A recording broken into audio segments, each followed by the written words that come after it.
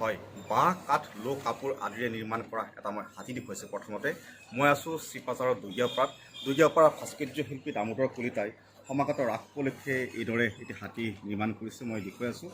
আপোনাৰ কৈছোঁ দৰঙৰ ভাস্কৰ্য শিল্পী দামোদৰ কলিতাৰ হাতৰ পৰশত এইদৰে সৃষ্টি হৈছে এটি হাতী মই দেখুৱাই আছোঁ। আৰু বিদ্যুতৰ সহায়ত হাতীটোৱে এইদৰে বিভিন্ন অংগ আচলতে সঞ্চালন কৰিব পাৰে, মই সেই পৰিৱেশ দেখুৱাই আছোঁ। কেৱল হাতী নহয়, ইতিমধ্যে সমাগত ৰাসৰ বাবে ডাইন'ছৰ ঘৰিয়াল পৰ্যন্ত তেওঁ নিৰ্মাণ কৰিছে। মই তেখেতৰ ওচৰলৈ যাম আৰু আকৌ এবাৰ মই দেখুৱাইছোঁ হাতীটো যিটো বিদ্যুতৰ সহায়ত বিভিন্ন অংগ সুৰ মুখ আদি সঞ্চালন হয়, সেই হাতীটো মই দেখুৱাই আছোঁ। দৰঙৰ এগৰাকী ভাস্কৰ্য শিল্পী দামোদৰ কলিতাই এই হাতীটো নিৰ্মাণ কৰি উলিয়াইছে।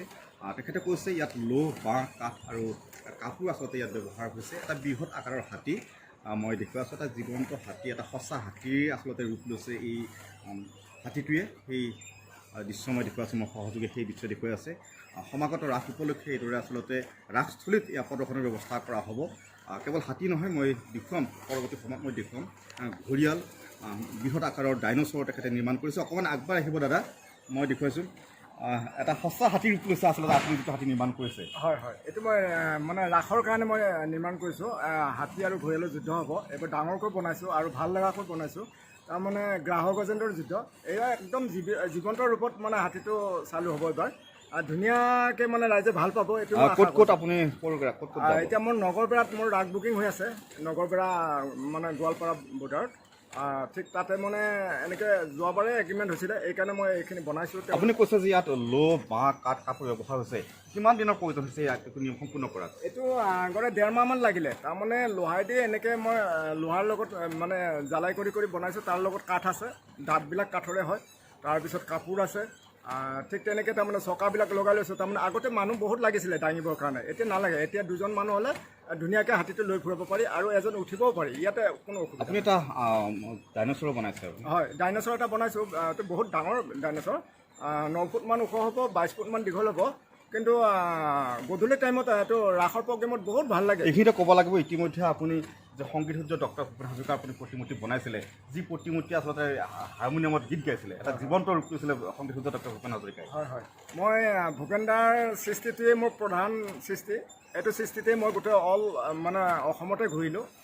ভূপেন দাৰ সৃষ্টি মই এনেদৰে প্ৰকাশ কৰিলোঁ। মই লতাশিলত গুৱাহাটীতে প্ৰথমবাৰত মই লাখ মানুহ মই উপস্থিত পাইছোঁ। ৰাতিপুৱাই গৈছে, ভূপেন দা একদম জীৱন্ত ৰূপ পাইছে আৰু যেতিয়াই তেতিয়াই গীত গাব পাৰে, ডিঙি ঘূৰাব পাৰে, মুখ ফালিব পাৰে। আচলতে ভাস্কৰ্য শিল্প সাধনাই আপোনাৰ পৰিয়ালটোৰ জীৱন জীৱিকাৰ মূল উৎস। লকডাউনৰ পৰিপ্ৰেক্ষিতত আপোনাৰ কিবা সমস্যাৰ সৃষ্টি হৈছিলে? লকডাউনত মোৰ বহুতখিনি সমস্যাৰ সৃষ্টি হৈছিলে। লকডাউনত মই এনেই বহি নাথাকি মই আইতাৰ সাধুটো ওলাইছিলোঁ। এইটো মই যোৱা বছৰে মই এইটো মানে ৰাইজৰ আগত মই ওলাই দিছোঁ। ঠিক তেনেকৈ মই বহি থকা সময়খিনিত এতিয়া মই শিৱলিংগ এটা বনাইছোঁ, এজন মানুহৰ মূৰ্তি বনাইছোঁ। তাৰমানে বহি থকা সময়খিনিত এই গাঁৱৰ মানে অঞ্চলৰ কামবিলাক মই নিজে কৰোঁ। হাতীৰ প্ৰসংগলৈ আহিছোঁ, হাতীটো বিদ্যুতৰ সহায়ত এইদৰে বিভিন্ন অংগ সঞ্চালন কৰিবলৈ পাৰে। বিদ্যুতৰ সহায়ত একদম মেচিন আছে ভিতৰত। মই চাইকেল কিনি লৈ পেলাই চাইকেলৰ মেচিন সোমাই দিছোঁ। চাইকেলৰ মেচিনৰ সহায়ত হাতীটো গোটেইখিনি কৰিব পাৰে। তাৰমানে মুখ ফালিব পাৰে, চিঞৰ মাৰিব পাৰে, তাৰমানে সুৰ দাঙিব পাৰে, মানে যিকোনো কাম। মই আকৌ এবাৰ সম্পূৰ্ণ হাতীটো মই কিছু দূৰৰ পৰা দেখুৱাবলৈ বিচাৰিছোঁ, মই সহযোগে দেখুৱাব। এটা বৃহৎ আকাৰৰ হাতী আৰু এই হাতীটোত আচলতে শিল্পী দামোদৰ কলিতাই কোৱা মতে ইয়াত লো বাঁহ কাঠ আৰু কাপোৰ ব্যৱহাৰ কৰা হৈছে আৰু বিদ্যুতৰ সহায়ত এইদৰে হাতীটোৱে বিভিন্ন অংগ সঞ্চালনৰ ব্যৱস্থা কৰিছে শিল্পীগৰাকীয়ে। মই এবাৰ ঘৰিয়ালৰ ওচৰলৈ যাম। পুনৰ কৈছোঁ সমাগত ৰাস উপলক্ষে শিল্পী ভাস্কৰ্য শিল্পী দামোদৰ কলিতাই হাতী ঘৰিয়াল ডাইন'ছৰ তেখেতে নিৰ্মাণ কৰি আহিছে আৰু বিভিন্ন ৰাসস্থলীত ইয়াৰ প্ৰদৰ্শনৰ ব্যৱস্থা কৰা হ'ব। কেনেকুৱা মানে ৰাসস্থলীত আপুনি যি ইয়াৰ প্ৰদৰ্শনৰ ব্যৱস্থা কৰিব, আপুনি কেনেকুৱা ধৰণৰ এগ্ৰিমেণ্ট হৈছে? এইটো এগ্ৰিমেণ্ট হৈছে মোৰ এইটো 4টা প্ৰজেক্ট যাব। 4টা প্ৰজেক্টত পাৰ প্ৰজেক্ট তাৰমানে আমাৰ 10,000 ডেইলি 10,000 হওঁতে আমাৰ 4টা প্ৰগ্ৰেমত 40,000 টকাকৈ আমাৰ ডেইলি হৈ যায়। এই ঘৰিয়ালটোত কি সামগ্ৰী ব্যৱহাৰ কৰা হৈছে? ঘৰিয়ালটোত মোৰ এইটো বাঁহ কাঠ আৰু লোহা আছে। তাৰপিছত এই ঠাণ্ডা বটলৰ খোলবিলাক আছে। মই প্ৰাকৃত দৰ্শকক এবাৰ ঘৰিয়ালটো দেখুৱাইছোঁ, এইবিলাক সম্পূৰ্ণ মই ঘৰিয়ালটো দেখুৱাবলৈ যত্ন কৰিছোঁ। পুনৰ কৈছোঁ, এয়া যি দৰঙৰ দুৰ্গাৰ পৰা যি ভাস্কৰ্য শিল্পী দামোদৰ কলিতাই সমাগত ৰাস উপলক্ষে নিৰ্মাণ কৰিছে। এইবাৰ মই ডাইন'ছৰৰ ওচৰলৈ যাওঁ অকণমান আগবাঢ়িব দাদা। মই পুনৰ কৈছোঁ ইতিমধ্যে সংগীত সূৰ্য ডক্টৰ ভূপেন হাজৰিকা মহাপ্ৰয়াণৰ পিছত তেখেতে বাঁহ আৰু কাঠেৰে প্ৰতিমূৰ্তি নিৰ্মাণ কৰি অসমৰ বিভিন্ন প্ৰান্তত আচলতে প্ৰদৰ্শনৰ ব্যৱস্থা কৰিছিলে আৰু আনকি সেই ভূপেন হাজৰিকা সেই প্ৰতিমূৰ্তি গান গোৱাৰ ব্যৱস্থা কৰিছিলে। তেখেতে নিজে হাৰমনিয়াম বজাই গীত গাইছিলে, আলোড়নৰ সৃষ্টি কৰিছিলে ভাস্কৰ্য শিল্পী দামোদৰ কলিতা দুহাতৰ পৰশত সৃষ্ট সেই ভূপেন হাজৰিকাৰ প্ৰতিমূৰ্তি। আৰু শেহতীয়াকৈ সমাগত ৰাসক উপলক্ষে তেখেতে হাতী, ঘঁৰিয়াল আৰু ডাইন'ছৰ নিৰ্মাণ কৰিছে। মই এইবাৰ ডাইন'ছৰ দেখুৱাই আছোঁ, এয়া সহযোগে দেখুৱাই আছে। দামোদৰ কলিতাই সমাগত ৰাস উপলক্ষে এইদৰে তিনিটা প্ৰাণী বা তিনিটা জন্তু তেখেতে নিৰ্মাণ কৰিছে আৰু ৰাসত আচলতে প্ৰদৰ্শনৰ ব্যৱস্থা কৰিব। আৰু ইতিমধ্যে নগৰপেৰাত যি ৰাস উদযাপন হ'ব, ৰাসস্থলীত ইয়াৰ প্ৰদৰ্শনৰ ব্যৱস্থা হ'ব বুলি সিদ্ধান্ত হৈছে দুই পক্ষৰ মাজত, সেই কমিটি আৰু শিল্পীগৰাকীৰ মাজত। সেই কথা আমি জানিব পাৰিলোঁ। দাদা, এই ঘঁৰিয়ালো আচলতে বিদ্যুৎ, ঘঁৰিয়ালটো যি ডাইন'ছৰো আচলতে বিদ্যুতত সঞ্চালিত সম্পূৰ্ণ ডাইন'ছৰটো সম্পূৰ্ণ বিদ্যুতত চলে। তাৰমানে একদম মাটিৰ ওচৰলৈ যাব পাৰে, মানুহৰ ওচৰত মানে নমাই দিব পাৰে মাথাটো, মুখখন ফালিব পাৰে, চিঞৰ মাৰে, মুভিঙত থাকে, সম্পূৰ্ণ মুভিঙত থাকে। আৰু ভৱিষ্যত পৰিকল্পনা কি?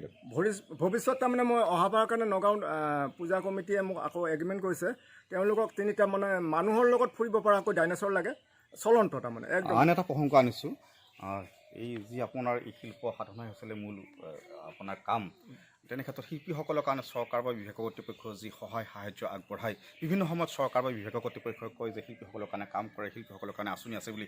আপুনি কি লাভ কৰিছে বা আপোনাৰ পৰিয়ালে কেনেকুৱা ধৰণৰ সঁহাৰি পাইছে চৰকাৰ বা বিভাগীয় কৰ্তৃপক্ষৰ পৰা? চৰকাৰৰ পৰা মই বৰ্তমান এতিয়ালৈ সুবিধা পোৱা নাই, কিন্তু যোৱা বছৰ মোক আমাৰ চিপাঝাৰ সমষ্টিৰ বিনন্দ কুমাৰ প্ৰাক্তন বিধায়ক, তেওঁ মোক এককালীন সাহায্য এটা দিছে, ঘৰতে আহি পেলাই 20,000 টকা দিছে। আৰু তেওঁ মোক এটা প্ৰতিশ্ৰুতি দিছিলে, তাৰমানে সংগ্ৰহালয় এটা মই পাম বুলি ঘোষণা দিছিলে, কিন্তু তথাপি এইটো নহ'ল। আৰু তেওঁ আপোনাৰ হাতৰে সৃষ্ট বহু সামগ্ৰী আছে, নিশ্চয় এইবোৰ সামগ্ৰী সংৰক্ষণৰ ক্ষেত্ৰত আপুনি সমস্যাৰ সন্মুখীন হৈ আছে। বহুত হৈছে তাৰমানে যিমানখিনি মই সৃষ্টি কৰিছোঁ সিমানখিনি মোৰ এতিয়া আপুনি যি পদূলিমুখত ডাইন'ছৰ ৰাখিছে, তাতো বতাহ বৰষুণ সম্পূৰ্ণ বতাহ বৰষুণ পায়। তাৰমানে মোৰ সংগ্ৰহালয় নোহোৱাৰ কাৰণে মই তাৰমানে সৃষ্টিৰ আগফালে যাব পৰা নাই। তাৰমানে কথাটো হ'ল কি, যিমান সৃষ্টি কৰিছোঁ সিমানখিনি মোৰ তাৰমানে কি ক'ব চৰকাৰ বা স্থানীয় যি বিধায়ক ডক্টৰ পৰমানন্দ ৰাজবংশী, কি ক'ব? তেওঁলোকক মই অনুৰোধ কৰিছোঁ, এতিয়া মই তেওঁলোকক লগ কৰিছোঁ, অনুৰোধ কৰিছোঁ, মোক এটা মানে মিউজিয়াম ছিষ্টেম এটা মোক ঘৰ বনাই দিয়ক, তেওঁলোকে বস্তুখিনি ৰাখি থওক তাতে, মোৰ নহয় আৰু ৰাইজৰ হওক, ৰাইজে চাওক, সম্পূৰ্ণ মানে গোটেইখিনি মানুহে ভাল পোৱা হ'ব লাগে, বস্তুখিনি মোৰ নহ'লে ধ্বংস হৈ যাব। এতিয়া আপোনাক শেষবাৰৰ কাৰণে শুভেচ্ছা জনাইছোঁ। ক'ব লাগিব এইগৰাকী দামোদৰ কলিতাই আচলতে সুদীৰ্ঘ দিন ধৰি এইদৰে ভাস্কৰ্য শিল্প সাধনত ভৰ্তি হৈ আছে, আৰু এই পৰ্যন্ত তেখেতে চৰকাৰৰ পৰা বা বিভাগীয় কৰ্তৃপক্ষই যেনেকুৱা ধৰণে সঁহাৰি পাব লাগিছিল তেনেকুৱা ধৰণে সঁহাৰি লাভ কৰা নাই বুলি তেখেতৰ এটা আক্ষেপো আছে, ক্ষোভ আছে। এই ক্ষেত্ৰত আমি বিভাগীয় কৰ্তৃপক্ষ তথা চৰকাৰৰ ওচৰত আহ্বান আমিও ৰাখিম, যাতে এই ধৰণৰ শিল্পীসকলৰ কাৰণে চৰকাৰ তথা বিভাগীয় কৰ্তৃপক্ষই যথাযথ ব্যৱস্থা গ্ৰহণ কৰে।